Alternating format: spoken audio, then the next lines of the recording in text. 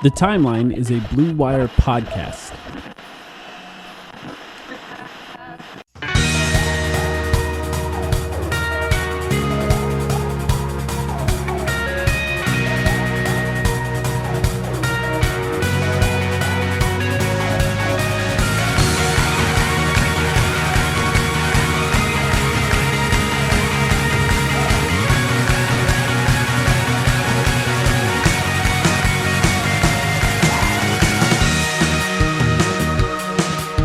Welcome to the Timeline of Phoenix Suns podcast. My name is Mike. Sam, you're here too. How are you doing? I'm here too. Hope that doesn't disappoint you, man. I'm doing well. How are you? I can't imagine like Colin cowherding it by myself if you weren't here.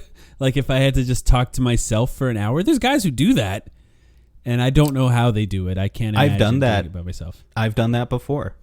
Back in my college radio days, but the comfort there was knowing that no one was actually listening. It was all for practice. So, if it actually mattered, not sure I'd be able to do it. Yeah, it would be pretty hard. Shout out to anyone who is a solo podcaster out there, because that shit is that's tough. Yeah, really tough. There's been a few times where like one of us has dropped off and we had to finish a podcast on our own. And that was like 5 minutes of it. I think by the way, I think I've only ever been the person who drops off. So you're saying it kindly there. That's true. That's true. Hey, so we have some news, and this is the time of year where we have actual news to actually talk about. And the first thing is, this is not Suns related yet, but the Utah Jazz are falling apart. It's official. The implosion that I've been waiting for is finally there. Happening. It is.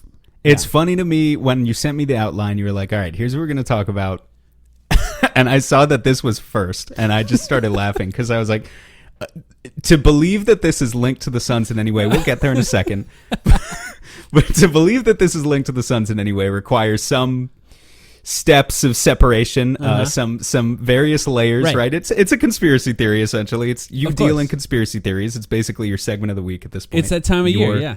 Your conspiracy theory.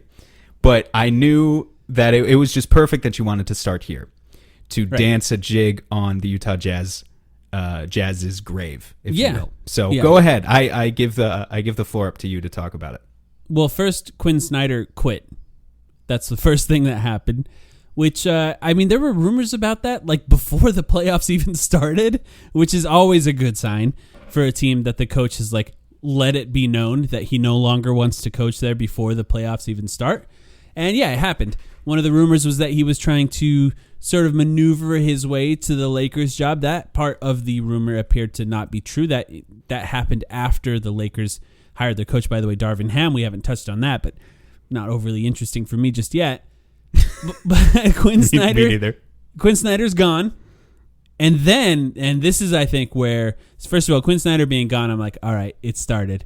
But the next step of it was directly from the man, Woj himself, reporting that Donovan Mitchell, and here's the quotes, is unsettled and unnerved and wondering what it means for the franchise's future, which is it's step one. It's step one of a player asking to be traded, a star player asking to be traded. The first thing is plant a little seed saying that you're not sure, you're not happy, you're a little upset, and this is genuinely after multiple playoff exits for a team, and that's happened multiple times for the Utah Jazz, and now it's begun with Donovan Mitchell basically planting the seeds to potentially ask to leave in the future. What do you think of that? Well, just from Donovan's perspective, real quick, before we even talk about who he is as a player, because I think there's a lot to dissect there as well, but just from his perspective, it makes total sense to be unnerved about the future direction of this organization, right? Given the playoff losses, and given the fact we've talked about it multiple times before, you look at the Utah Jazz roster right now, and forget the coaching thing for a second, that's weird too, but also what's their avenue for improvement? Mm-hmm. I mean, they're all old too, yeah. They exactly. I mean, Mike Conley is a shell of his former self. Terrible in the playoffs. Absolutely horrid playoff run. Rudy Gobert, maybe they're not tied to Rudy Gobert. Maybe he is that piece that they are willing to deal if it means that they can preserve a relationship with Donovan. But even him, I mean, look, you can get something back for Rudy Gobert. I don't doubt that for a second. It's just what exactly can you get and which exactly are the teams that are interested in a center of that particular play style, it becomes a little more difficult. And if you're not willing, as I've heard from some Jazz beat writers in the past, over the past several weeks as well, if you're not willing to part with Rudy Gobert and you really still believe for some reason that Donovan Mitchell, Rudy Gobert is the core, the number one, number two, that, I don't know, gets you over the hump or at least puts you in contention, then you're really fucked because now your options are trading Bogdanovich for, I don't know, maybe at best you can go ask Detroit about Jeremy Grant or something, but it's like you can swap in veteran wing pieces for other veteran wing pieces, but it just, we talk about the flexibility that the Suns have a lot. We've discussed it a lot over the past several weeks with their mid-sized contracts, but it's also an advantage that we neglect to talk about with their prospects. Yeah. Suns fans don't want to get rid of Mikal Bridges, Cam Johnson necessarily, but the mere fact that they could makes it a lot more interesting, the types of players that you can discuss the Suns potentially being able to acquire versus a team like the Utah Jazz. They just don't have many options right now. And so, yeah, I mean, Mitchell has every reason to be unsettled, as the report says. And you didn't even mention the fact that him and Gobert appear to hate each other. Fair. Which is like another level just added on top of this, is that even if for some reason, here's the dilemma, which of course this is going to lead into Sam and I trading for Donovan Mitchell in just a second, of course. But here's the dilemma. We're getting there. that the Utah Jazz are running into at this point, that there really is no way around. They have two star players who just don't work for whatever reason, whether it be a personality fit or a basketball fit. You can say whatever you want about those two. One of them has allowed it to be known that he's unsettled and unnerved and wondering what it means for the franchise's future. And the other one is Rudy Gobert. So say you and this is what they should do. Say you're on the team that Donovan Mitchell is the guy that you should keep. Just from a basketball perspective, makes the most sense for me. He's young, and Rudy Gobert is still a pretty good asset if you want to trade him. Okay, then you trade Rudy Gobert. What happens if Donovan Mitchell still doesn't want to be there? He lives in Utah. Like, how much longer is Donovan Mitchell going to want to live in Utah? So you trade Gobert. Now, in the future, you might still have to trade Donovan Mitchell. Now you lose both of them for nothing. You're restarting from the ground up. The other option is Donovan Mitchell asks out. I think that's the only way they're going to trade Donovan Mitchell at this point, publicly or privately. You can do things privately as well. Now you can keep Rudy Gobert, and you can try and build a team around Rudy Gobert and the assets that you get for Donovan Mitchell. And I think that's the complicated position the Jazz are in, because if they trade Gobert now, they might just be, delaying the inevitable. Mm-hmm. Whereas if they trade Donovan Mitchell now, at least they still keep a defensive player of the year caliber player in Rudy Gobert, who by all accounts wants to be there, by the way. I mean, yeah. And Rudy is absolutely, I guess there's a certain, I'm trying to decide if I want to deal in stereotypes here or not. There's a certain stereotype about European basketball players, I think at this point, this generation of European basketball players, where we haven't seen an exception yet, to be fair, that they are fairly loyal. A lot of guys coming abroad are just happy to play in the NBA. They don't necessarily see the difference between a Salt Lake City and a Denver and a Milwaukee. Because he's going to live in France later anyway. Right. At some point, he's leaving regardless of where he plays. To an American player, I realize I am generalizing here, but if you look around the league, Luka and Giannis and Jokic and Gobert, you see a trend with all of the European stars in this league right now, where it's like, Dirk obviously being the classical example, Hakeem before him. These guys don't give a shit if they, can't go play necessarily in Miami or New York or LA. It just seems to matter less to them. So, from all accounts, Rudy seems happy in Salt Lake City, and you're not going to have that issue that you were speaking about, like you potentially could with Donovan, where you trade one guy and then 6 months later the other guy says, actually, I want out too. That's not going to happen with Rudy. Mm-hmm. Yeah.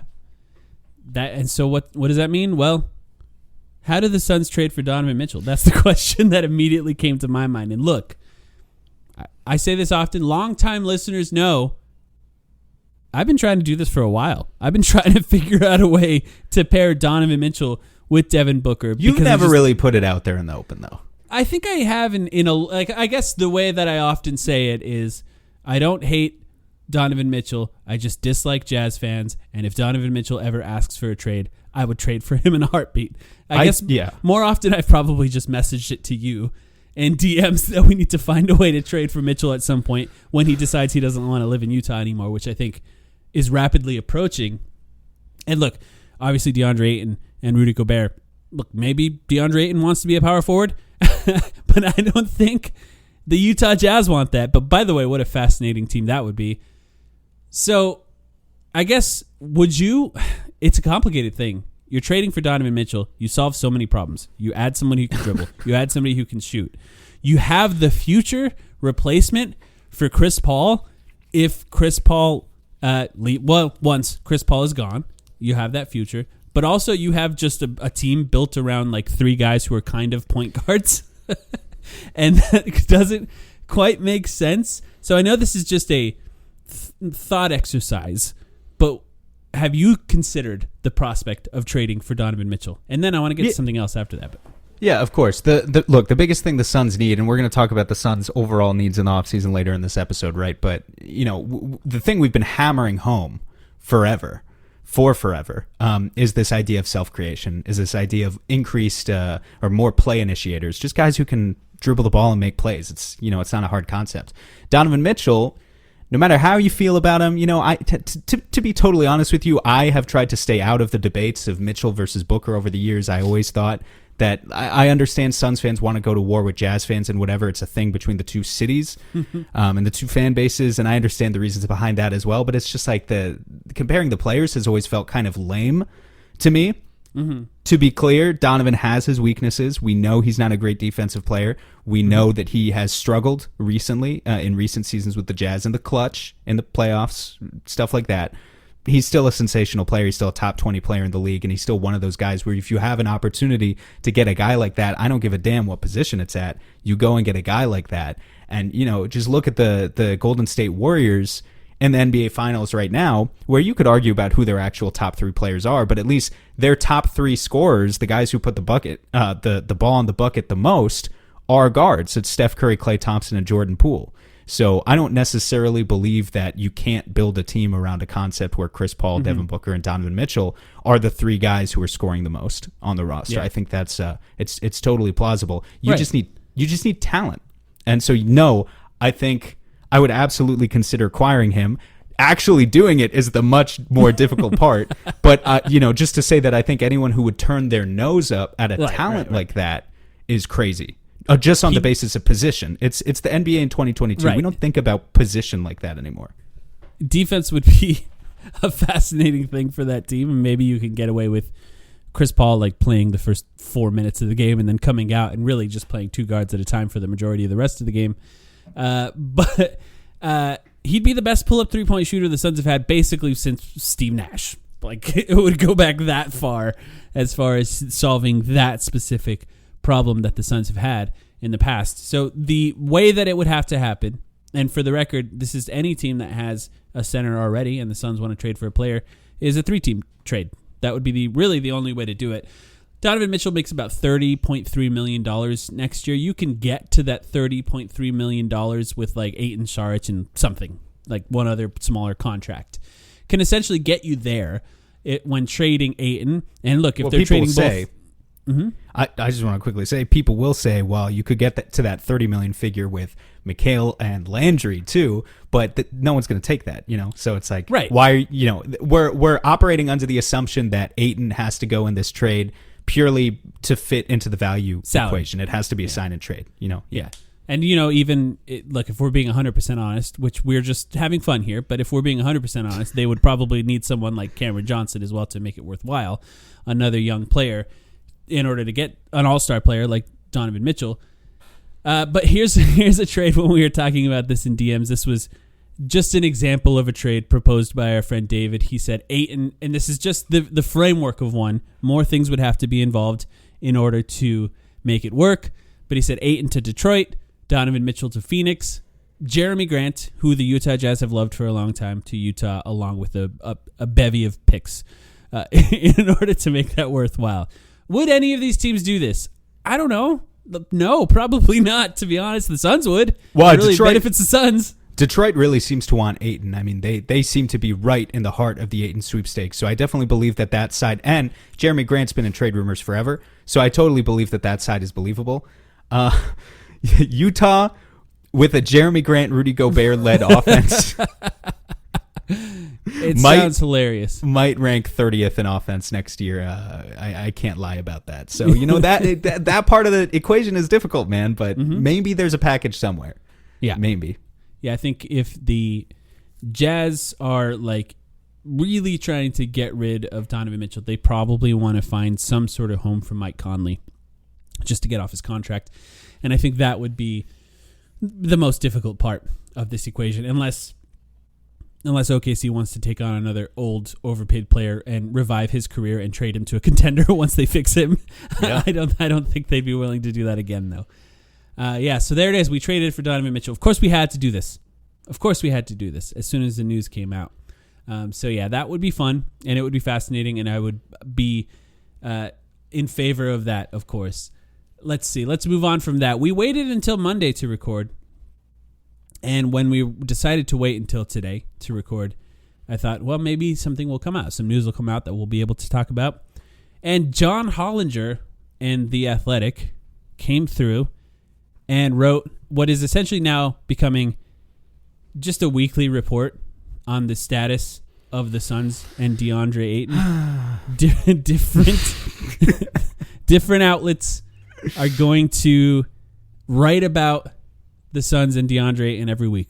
He's the big. I mean, like there's Zach LaVine, and then there's DeAndre Ayton, right? Yeah. And so those are the guys. That's who the free agent pieces are going to be about every week from now until then. But this one I thought was particularly interesting in that the more and more that we hear about the situation, the more and more it seems like it is leading to a divorce, because John Hollinger said that Ayton has likely played his last game in Phoenix.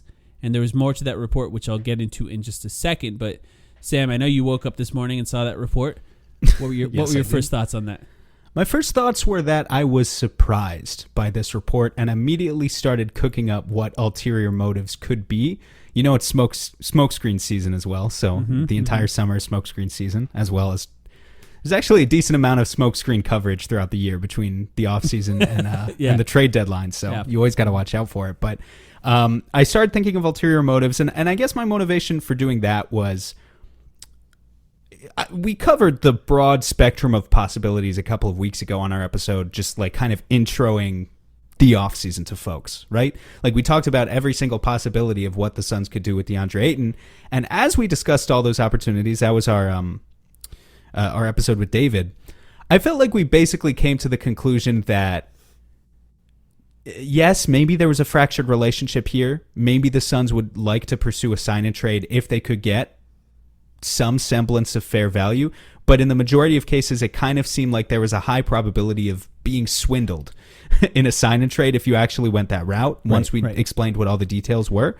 And it's just hard to believe that the Suns would really walk away entirely from DeAndre Ayton and leave, you know, if you want to call this pursuing a divorce or whatever, just walk away from the relationship, getting no value out of it, right? Like this entire time, it always felt like James Jones, even if he couldn't get the exact deal that he wanted this summer, so okay, they would just come to an agreement. Maybe they would even match an offer from another team if another team wanted to have all of their cap space held hostage for a week like that.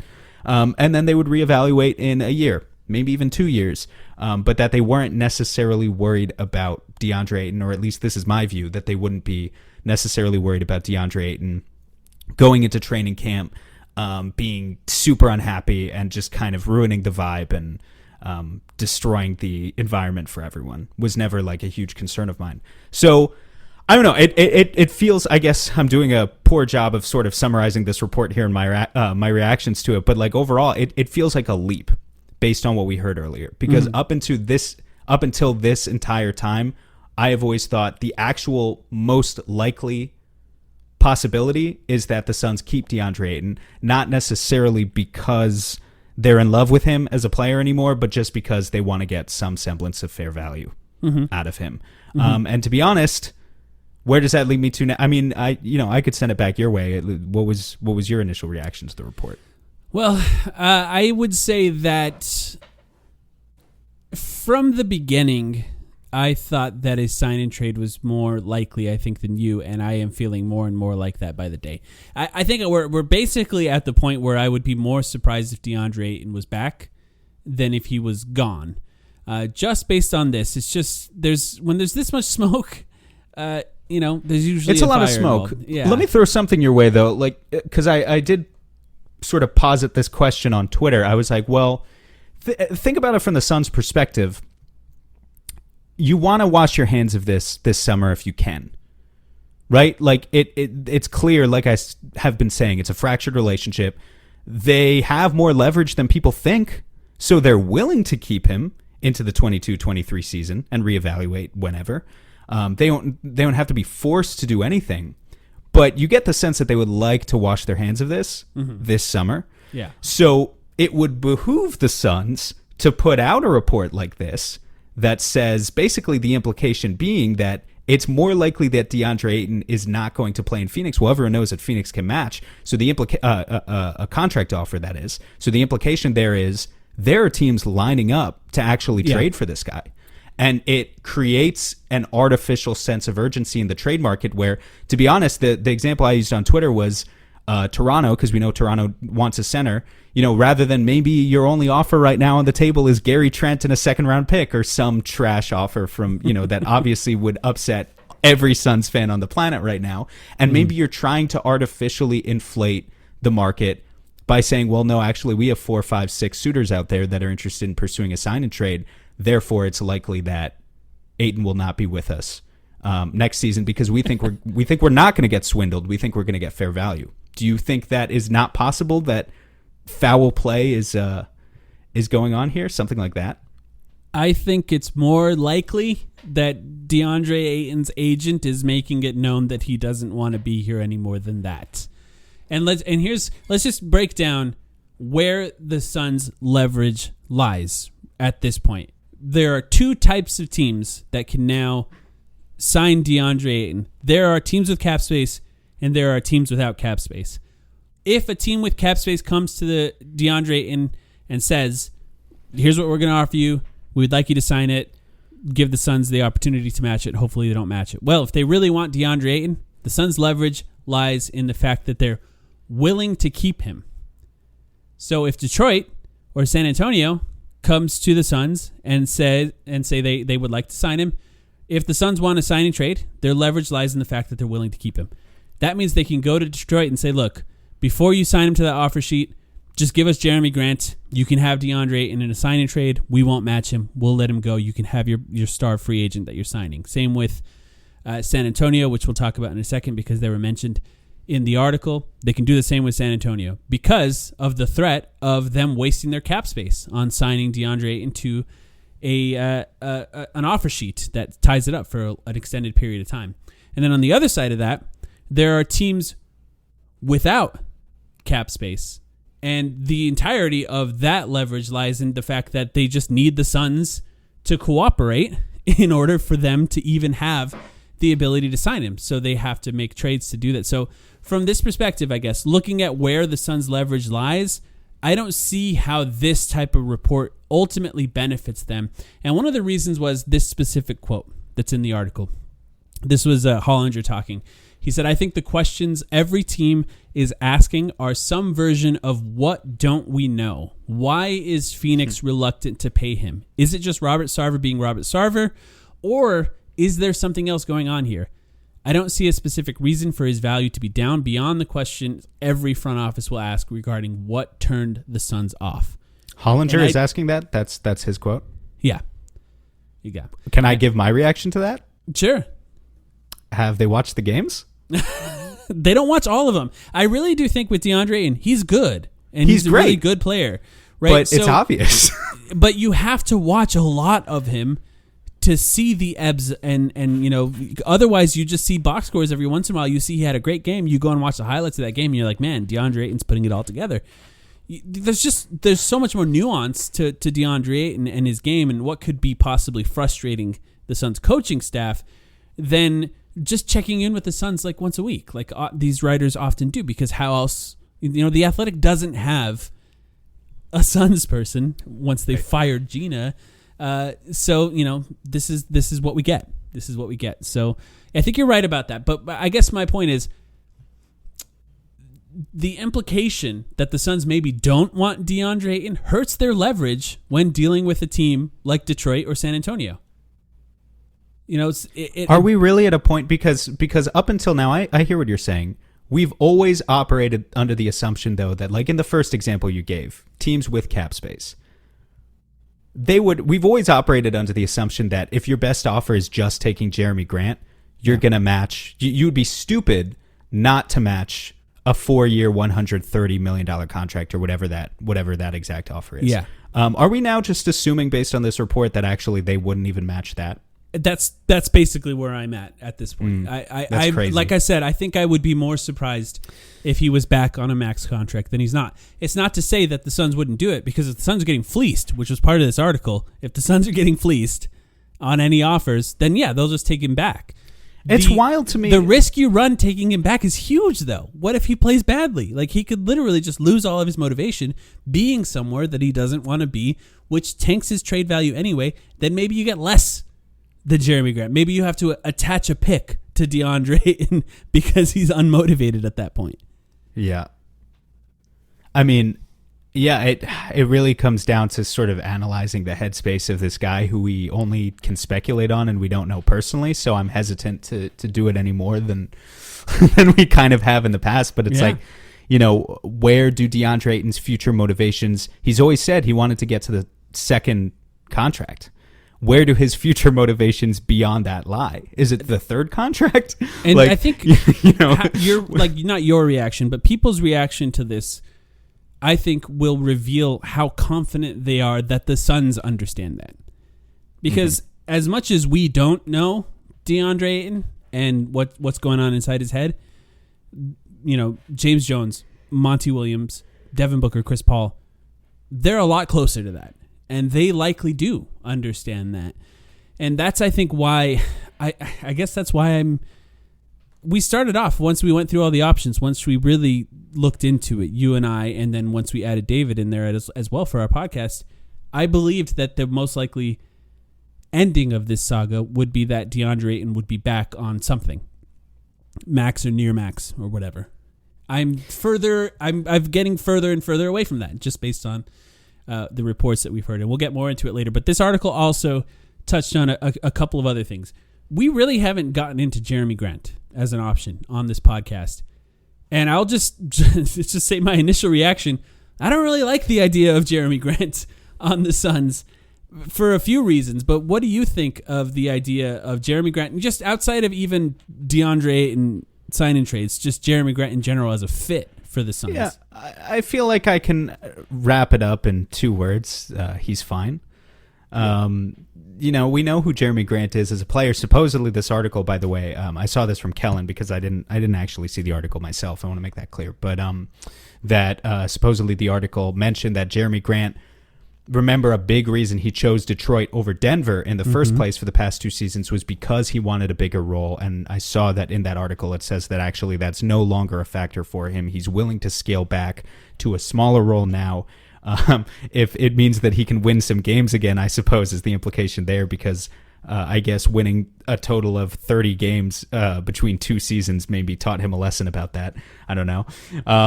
But yeah, I mean, we know who he is as a player. He can certainly put the ball on the floor better than, say, a Cameron Johnson or a Jay Crowder. He's no doubt to me an upgrade at those positions. He's not a significant upgrade. I kind of factored him in the same tier as like when I thought about Harrison Barnes at the trade deadline as like an easy salary matching option that you could go out and get. Not necessarily, my thinking wasn't at the time that you would have to trade Ayton at all, but that it was the type of guy where it's like, okay, here's Jay Crowder and Dario Saric and a pick. Give us a player like that. Something like that was more along the lines of what I was thinking. He's definitely a solid player. He can't be your premier acquisition for the offseason and then roll into the season being like, okay, we've got it. This is our squad now. He's not that guy. Yeah, just for the record, Hollander said, I think Grant has actually become fairly overrated.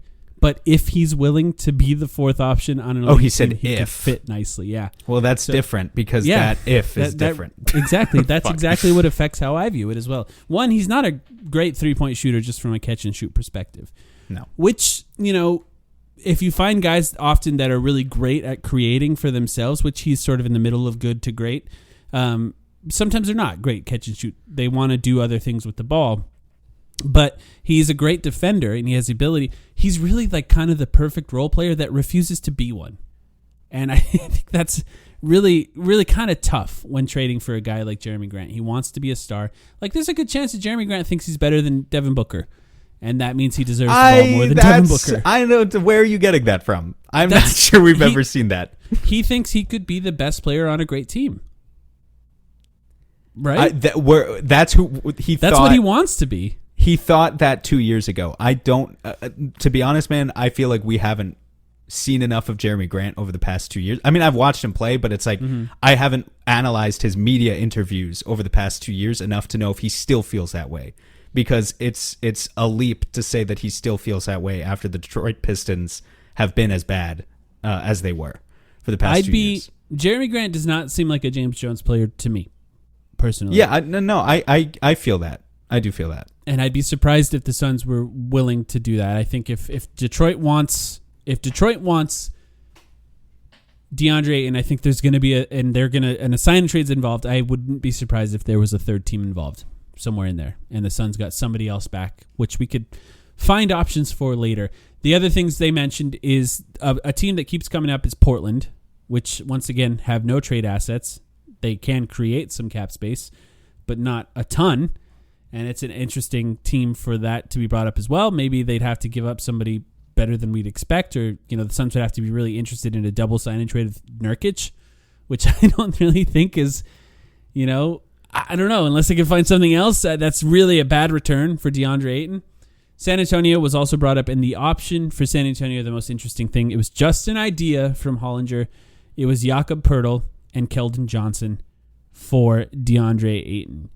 And this, I think, is the most down-to-earth and realistic option that they showed that I think the Suns might actually be willing to accept at this point. And I once again will say that Jakob Poeltl is a good player. Keldon Johnson is fine. I think people really don't have any idea of how good Jakob Poeltl is because nobody watches the Spurs. Is he an upgrade on DeAndre Ayton? No. I mean, DeAndre Ayton has physical capabilities well beyond what Jakob Poeltl is capable of doing.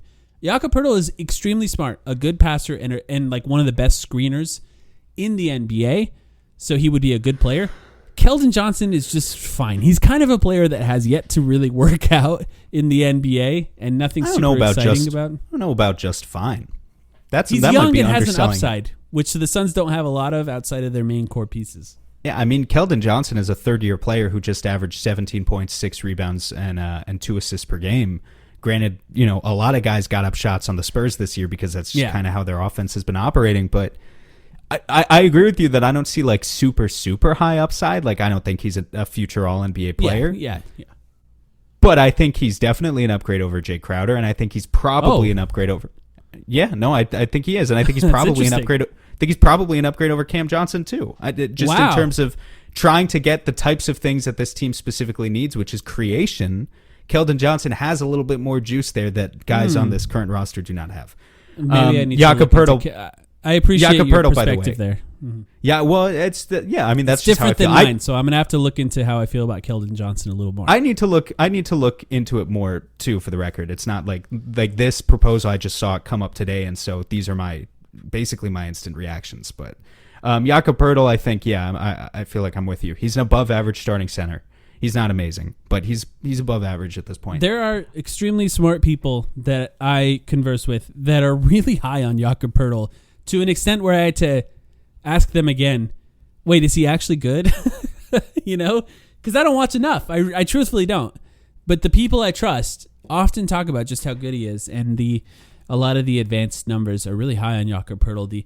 I mentioned this to you guys. I don't know if I mentioned this on a podcast yet, but the B-Ball Index came out with like a screener grade for the first time ever, grades screeners in the NBA. Jakob Poeltl was the best screener in the NBA by their metric, which is just a surprise to me.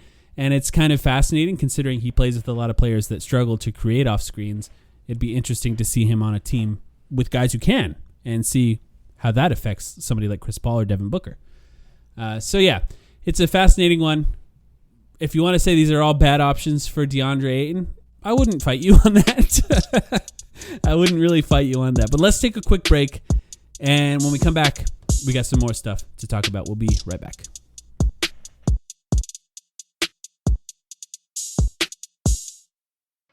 Listen, life's all about leveling up. Whether you're handling business on the field or kicking it in your zone, you like to celebrate with cigars that match the moment. That's why you should link up with Famous Cigars to bring you a wild deal. Right now, you can grab 8 premium cigars for just $8. You heard that right. 8 top-rated cigars at $1 a stick.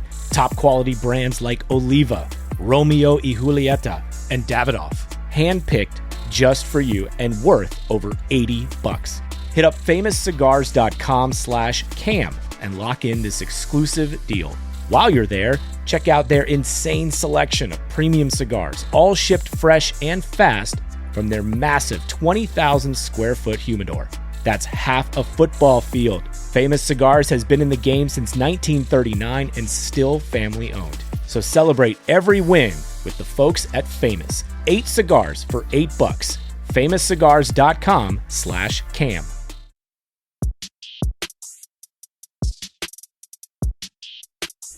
All right, Sam, you had something you wanted to talk about on this episode, and I'm pretty excited, I'll be honest, to hear your perspective on this topic here. So go ahead and introduce it. Well, you're really overselling it now because it's not going to be anything crazy like that. This is just Right. a little few-minute bridge segment.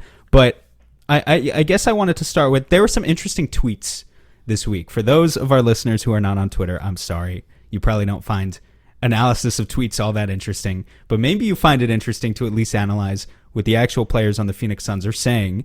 And the primary mode of communication that they use for that is Twitter. So we're going to analyze a couple of tweets that came out this week because I think they're interesting and just how we got here. Did you? I guess we didn't talk about this before the episode, but Mike, did you listen to the to Mikal Bridges on the JJ Redick podcast talking about what happened in Game 7? I have yet to hear. I have yet to hear the full segment. I have seen a few of the YouTube segments that they put on YouTube, but yeah, he did seem to. Bridges is the most active Suns player on Twitter, right? Oh, absolutely. It's not even close. But there's specifically something that happened this week, and it was Mikal going on that podcast that brought up this idea for me where I wanted to ask you a couple questions about it because, well, I guess I'll just go into what the tweets were first. So Devin Booker, June 4th, it's June 6th as we record this, so that was, quick math, Saturday night at 3:54 Arizona time, I suppose, because I have to do the quick conversion here. He tweeted, "Negativity at an all-time high. Y'all-ite?" ? Jay Crowder, only half an hour later, also tweeted something that I found kind of interesting. He said, "They love you, hate you, and love you all over again." And then the emoji with the face palm, and then the recycle symbol. Or I suppose the sort of circular cycle symbol, talking about, I don't know, making a statement there on things that are passed around from generation to generation is Jay Crowder. But they tweeted these two things out within only half an hour of each other.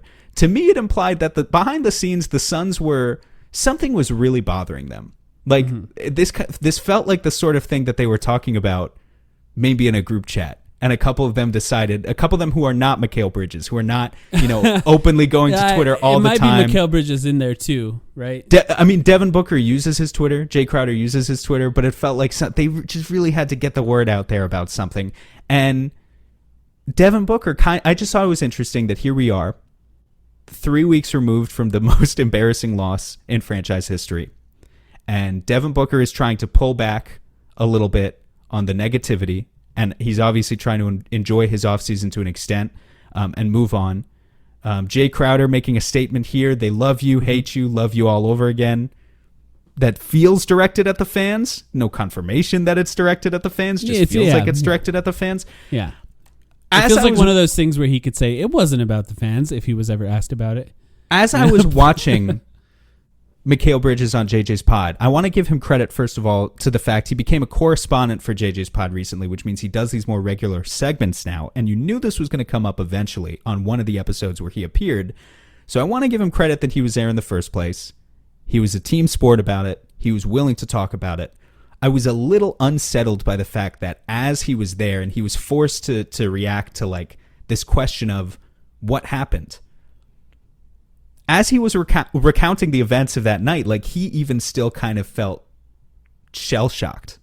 Like he almost didn't understand. He was still flabbergasted in trying to explain exactly what happened there on that night. Coupled with these tweets from these guys coming out, do you personally feel like the team has taken enough accountability for what went down, how the season ended? Okay, do you have any sort of issue with the way that players just want to seem to move on? Because to be honest, my instant reaction to this sort of stuff, it kind of rubbed me the wrong way a little bit, but I could be walked back based on what your reaction is. I'm kind of curious about it. Is there anything that Bridges could have said that would have satisfied the fans that are the most angry about that game? Is that a rhetorical question or is that a real question? I mean, like, can you think of anything? No. Yeah, there's nothing. I really think there's nothing. People just want to be angry. Yeah, and I understand. And he was the first person to talk about it. Therefore, he took the brunt of it. Two things that Bridges has said since then. Somebody said he should go to Philly. He said, "I love it here. Sorry." He responded. Yeah, he did say that. And then today he said, "I tell the whole truth from A to Z." Which, by the way, oftentimes NBA players will tweet something that is a reference to a hip hop song that I don't know about. So if I'm missing the obvious reference in some of these, that's just who I am. I mostly listen to bands, but I do think that Bridges, in some sense, was like the sacrificial lamb in being the first player to publicly speak on the record post playoff disaster. Yeah, and people kind of went at him a lot. I want to just reference Jay Crowder as well. I think Jay Crowder has taken a ton of heat from fans. Let me just ask you this.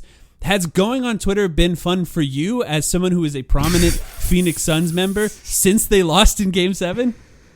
I mean, it hasn't been too bad for me, to be honest, People have gone insane, Sam. I mean, you could argue I'm one of them, but imagine what the players are seeing. And I understand that, I'm sure the players. To be clear, I'm sure the players are seeing a lot of harassment that's not okay, that crosses a line and is disgusting, and I've seen that side of it too. But I've only seen a fraction. The players get it all the time.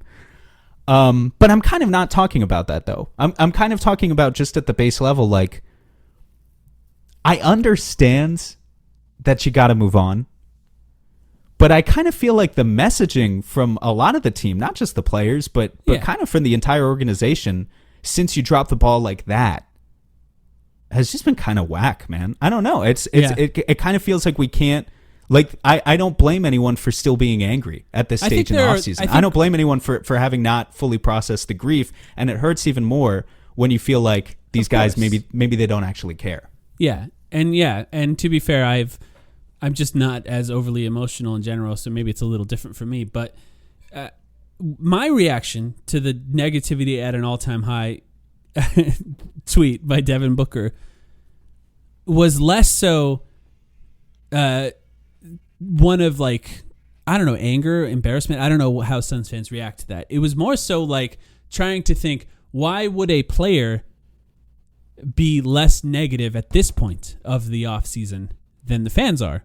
Because the players often know more than the fans do. And there's a couple reasons, right? They maybe fully understand the extent of the injuries that the players were dealing with that we don't fully understand, or other things which have been floated out there that could have been going on during Game 6, Game 7, whatever it was, or the level of dysfunction that made it a little harder to win during that Game 7. And if they understand that potential dysfunction could be coming to an end, maybe it's easier to be a little more positive from their perspective than it would be from ours. Maybe they know a player's coming, something like that.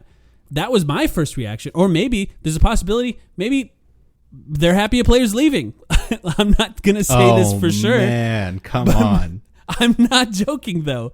I'm not joking. If DeAndre Ayton was incredibly unhappy with his role in Phoenix at the end there, to an extent that we do not understand, to a point where it was bothering the locker room, which, for the record, if you want to put it on DeAndre Ayton, fine. If you want to put it on Monty Williams, fine. If you want to put it on James Jones, fine. If you want to put it on Devin Booker or Chris Paul, that's probably where I'll start to disagree with you dramatically. Any other place you could feel free to put it at. But there could have been dramatic dysfunction that now could be coming to an end that we're not fully aware of, because once again, I don't think it benefits the Suns to allow that stuff into the light. I'm going to offer up a third explanation, which I think is simpler. These guys get paid. That's true. They get paid regardless. And You know what? I can't say I honestly blame them, just because, again, this is where I'm talking about, like, yes, I'm a fan. Yes, I have fanatic feelings sometimes, but I try very hard to distance myself from, the crazy people on Twitter who just like harass people. Obviously, that's not okay. Obviously, these players, whether they make $1 million or 35, they're human beings with emotions. It's a little bit easier for them to process a tragedy, if you'll call it that, like the way this season went down, knowing that they're getting paid regardless. And it is a job for them at the end of the day. And, I guess I just come back to that, and I wonder if that's maybe that's all there is behind this, and that's why it's so easy to explain away, is it's just, it's not the job for fans. We are just crazy people by design who watch this product and will yell about things into the void for the next 4 months, regardless of what the outcome was. Whereas if you're a player, it's a little bit easier to move on. Speaking of getting paid, Devin Booker today said, "I don't do deals, I do shit I like." I'm not sure what that means. Maybe it's reference to something he's working on behind the scene, a deal, a Nike deal, perhaps, or a deal with another sponsor, perhaps. That's what he's talking about. Or maybe he didn't like the way somebody perceived one of the deals that he does have. By the way, something else that happened on Twitter that I was like, all right, cut it out, was Eddie Johnson fighting with Kevin Durant. He wasn't fighting. He was baiting him. He baited Kevin Durant. Look, yeah. I found myself hoping that EJ would get hacked and start selling PS5s again. I'm like, don't ruin this. Don't ruin this for us, EJ. We're trying to get Kevin Durant to want to come to Phoenix. Well, now's not the time to start your serious radio battles with Kevin Durant. He was just, he was walking the line sort of where he was like, hey, I'm a former player too, yada, yada. But also like he was protecting the media members a bit, I guess. I guess he identifies with both groups, right? So he felt a need to insert himself in the middle and defend both groups. And yeah, he went back and forth with KD a little bit, but it wasn't heated. I thought the funniest part was when he complimented KD. He was like, if you didn't get injured, you would have been MVP. And KD was like, your compliments don't move me or something. I forget exactly what he said, but I was just like, okay, that's kind of hilarious. Yeah. So not he now, tried. EJ. Not he now. Tried. Save it. EJ wouldn't be doing that if Kevin Durant was on the Suns, for example. It would be a whole different story. He would be backing him 100%. So that was funny. I want to just briefly touch on something that is going to be a bigger conversation than the last 15 minutes of this podcast, but it's just something I wanted to just start talking about, because you and I have focused on the bigger picture stuff so far in the offseason, which I think is very important, whether it be DeAndre Ayton or Cameron Johnson, the end part of the end equation there. But what I wanted to briefly touch on and just open up this side of the conversation for us to be able to go into this in future episodes is just the concept of what the biggest offseason needs are for the Suns going forward. Because yes, I think it's dribbling. I will say that over and over again. Shot creation, dribbling, another guy who can dribble as the number one need. And I think you agree with that, right? It's like star power, right? Yeah, I mean, it's how else? Not even close. It's that. It's Donovan Mitchell. It's Kevin Durant, right? It's those guys that if they become available, push all your chips into the center of the table. Yeah, I mean, I think the most interesting thing about just that aspect of the equation, because it's the biggest part of it, we can't duck it, is that it's positionless though. Like, as we explained at the beginning of this episode, it could be Donovan Mitchell and it could be a third guard, in my view. It could be another center who plays out of the short roll and breaks plays down. It would be great if it was a wing, obviously, because I think that would be the most natural fit into just what the roster looks like, but it doesn't necessarily have to be a wing. So I think the biggest things are, it has to be a shot creator who can play make a little bit, can be a tertiary playmaker, doesn't need to be a 5, 6, 7 assists per game guy, in my view, just needs to be able to move the ball around a little bit and put pressure on the rim is a big thing for me. Right. If I had the choice between a guy who is just a shooter, but like a quasi star, versus a guy who really slashes, gets to the rim, I'm going to prioritize the latter in this offseason, and maybe that's just my outlook on things and other people can disagree, but rim pressure is huge for me this summer when we talk about star power specifically. The Suns finished 27th per game this season. They finished 27th in free throw attempts per game this season, and that's just, it's unacceptable at this point. I think we've seen 2 playoffs in a row that you would really, really benefit from just forcing the issue a little bit and developing a bread and butter offense that, yes, you want shot creation in general, but you really want a guy who can just make life easier for you in the playoffs. And part of that is getting to the free throw line. So that's a huge thing for me.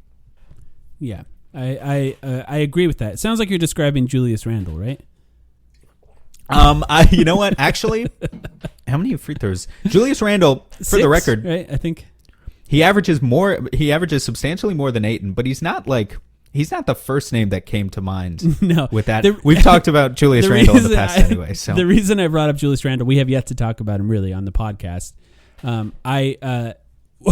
It was a reminder of what the offseason was to me when I saw that my response to you about Julius Randle was screenshot and then posted out of context on Reddit as like the Julius Randle idea being my idea.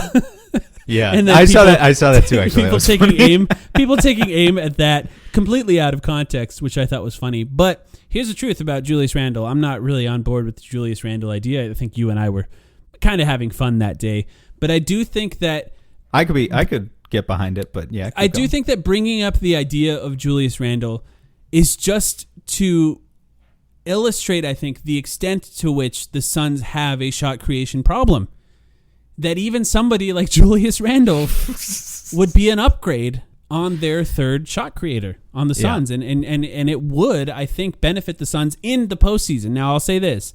There's a chance that the Julius Randle team that I made up on Twitter, which was Chris Paul, Devin Booker, Mikal Bridges, Julius Randle, Miles Turner, right? This was just a thrown out idea, would win less games in the regular season. I think it's probably likely that they would because the pieces don't fit exactly perfectly the way this current Suns team did. But the way the Suns ran out of offense in the playoffs, I don't think would happen in the same way because they just have more players that are capable of playing at a high offensive level. Step 1. Acquire Julius Randle. Step 2, championship. We've cracked the code. Yeah, I mean, like the truth of Julius Randle is he's way, way, way, way, way down on the list of guys that I would like to have on the Suns as far as fixing the problem. But it's just, I think it was a good example to illustrate, I think, the issue with shot creation that the Suns are facing, and that's number one. But then I want to talk about what happens after that. You talk about rim pressure. That was one of the ones I had as well. Sure. But I think you're right that the ideal situation is those two are one. I mean, right? It would be cool. It would be cool if we could get like a sixth man who puts a ton of pressure on the rim. It's just a lot harder to find, and especially if we're going to talk one of these weeks as June winds down about like who the Suns could get for their taxpayer mid-level exception in free agency or whatever. It's like it's kind of unrealistic to think that you could get a guy who gives you 5-6 free throws per game off the bench doing that. So it probably needs to come from some sort of borderline star player. Yeah, I think I agree with that. And I think the 6-man thing is a fascinating one because I think that is the other need that the Suns have at this point. They like the idea that they can once again rely on Cameron Payne. My confidence in that has been eroded pretty entirely dramatically, shaken. I would say too. And I think you can even think about it this way, that there were points of Cameron Payne's tenure with the Suns so far that started in the bubble where we have breached the subject of him starting for Chris Paul after Chris Paul is gone. Now, if your confidence in Cameron Payne has eroded, then that leaves two holes. One, the sixth man, who's handling the offense when the other guys are off the floor, or at least one of them's off the floor. And two, who can be that future guy for Chris Paul? Because right now is when you should start looking for that, and that means maybe potentially taking a risk like they did with Cameron Payne and finding a guy who maybe didn't work out that well. Names that we could come up with in the future, but the idea of a future point guard for the Suns, somebody who could potentially start games for the Suns this year, I think is still a massive question mark for the Suns, and I think they're going to have to find a way to address that this offseason. I don't think they should wait on that because it's going to be a problem if they wait on that. Do you agree with that? As I was listening to you speak, I was just hit with this immense feeling of sadness, knowing that the Halliburton whiff is going to stick with this franchise for a long time, man. That would have been, I know I'm beating a dead horse there, but holy shit. Like, when you really lay it out like that, botch that one. It's going to be tough. I mean, I don't really know if you can go into this offseason thinking that you're going to get a Chris Paul replacement. You can't really replace what Chris Paul does at the point guard position, which is why for me, I'm trying to focus as little as possible, honestly, on replacing Chris Paul specifically, because maybe we've talked about it in the past. I know things didn't end great. I know people are in their feelings about Chris Paul right now. I understand all of that too.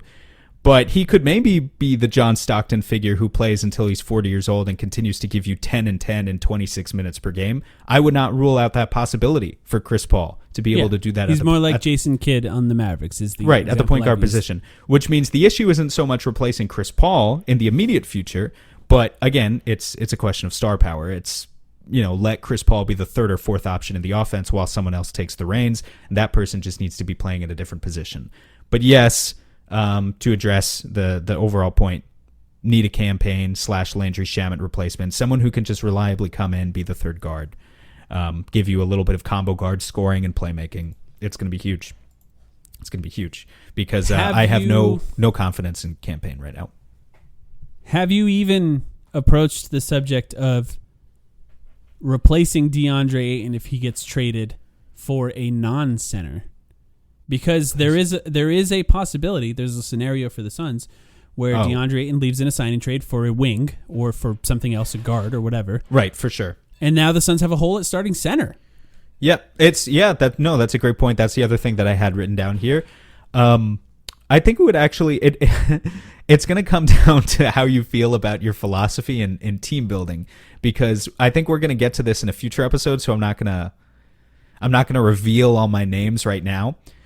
If you look at the free agent pool, what I will say is there are like as many as maybe 6 to 8 names that I saw that you could trick yourself into thinking that, well, that's a starting center. It wouldn't be a good starting center.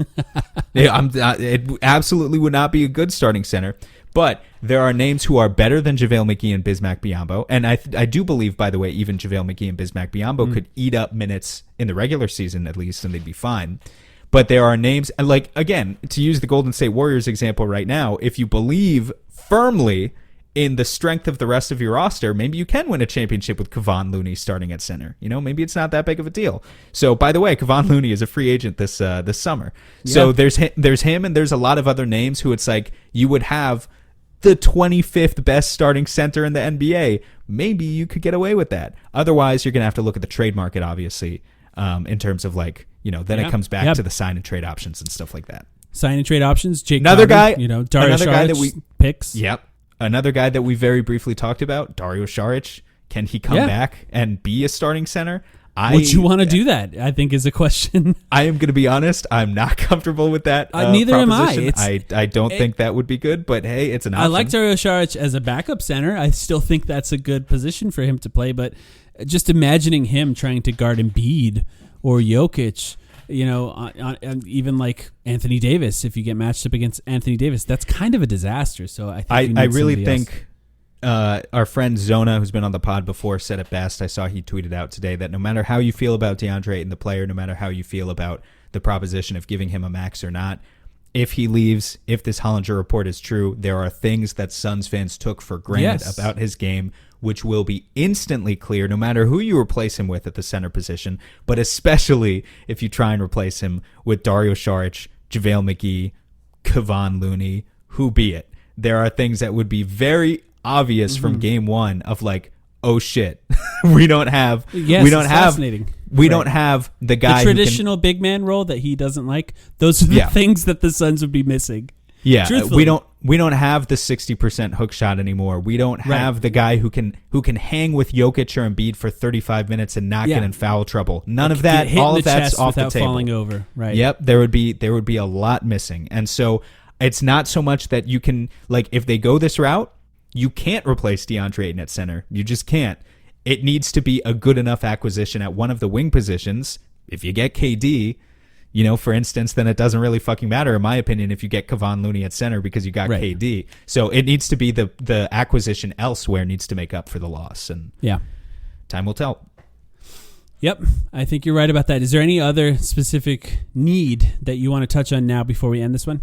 Not especially. I mean, there's other holes you could, like minor holes, but we'll get into them later. Yeah, I think those are the bigger ones. Until we really take care of some of the big picture ideas and know what's going to happen, and the dominoes start falling. That's the big thing. We can get to the 9th, 10th, 11th men later. We're about a month from when most people are listening to this on the day that a month from now will be the day the moratorium ends and players can be signed in free agency. By that time, we'll likely know the outcome of the DeAndre Ayton saga, which is, of course, pinballing back and forth in my mind as each new report about the Suns comes out. In fact, on that note, this time of year, the rumors, the news, if you want to even call it that, moves fast enough that we're not even able to cover everything on our regular podcast without it being slightly outdated. And I say that to say that we did not touch on OG Anunoby in this episode, which is somebody that the Phoenix Suns could potentially trade for if the rumors that Jake Fisher put out there that he's unhappy in Toronto and Toronto's interested in DeAndre are true. But we did cover that on our Patreon episode. So if you're angry that we didn't cover that, you can still hear it on our Patreon if you sign up for our Patreon. We touched on OG Anunoby for about a half an hour and the Toronto Raptors from all perspectives as far as a potential trade partner for the Suns. Just feel free to sign up for that if you want to hear that. That's patreon.com/thetimeline. I have a feeling stuff like that might be happening during the offseason where things will change fast enough that we won't be able to cover everything on our regular weekly episode until it really slows down right before the season starts. But we appreciate you guys for listening to us in this episode. We appreciate the patrons as well. Don't forget, if you're a patron, you can sign up for our Discord and join us there as well. We'll be back 200 very, people. very soon. Over 200 people in the Discord already. It's pretty awesome. Thank you, guys. And they're all stunningly attractive. Of course.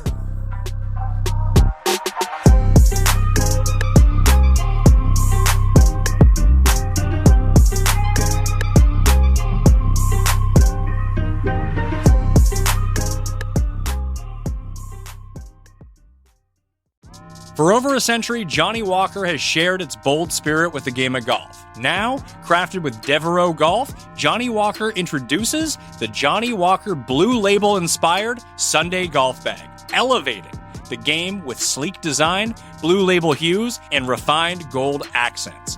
Celebrate your hole-in-one with a premium Sunday bag crafted by Devereaux Golf. Submit proof of your achievement to johnnywalker.com/blue-in-1.